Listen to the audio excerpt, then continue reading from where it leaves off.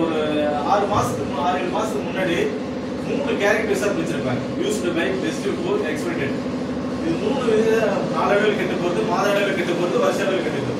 நிறைய பேருக்கு கன்ஃபியூஷன் ஆனதுனால கம்ப்ளைண்ட் ரைஸ் ஆனது. அதனால ஃபுட் சேஃப்டி டிபார்ட்மெண்ட் என்ன சொல்லிட்டாங்க, இது எல்லாமே ஒரே வார்த்தையா கொண்டு வரணும்ன்றதுக்காக மேனுஃபேக்சரிங் டேட் இருக்கான்னு பார்க்கணும், யூஸ்டு பை டேட் இருக்கான்னு பார்க்கணும்.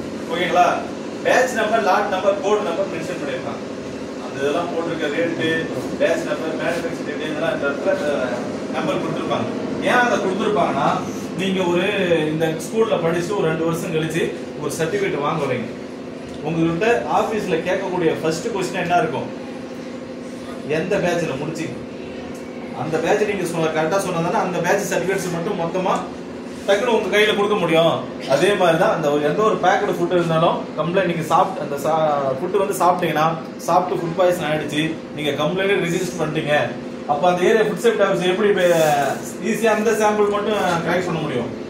நீங்க அந்த பேட்ச் நம்பரை வச்சு அந்த ஃபுட் சேஃப்டி அந்த பேட்ச் நம்பரை வச்சு கடைக்காரன்ட்ட கேட்கலாம், எந்த பேட்ச் நம்பர் வச்சு அந்த ஃபுட் ரெடி பண்ணீங்க, அந்த ஃபுட்டை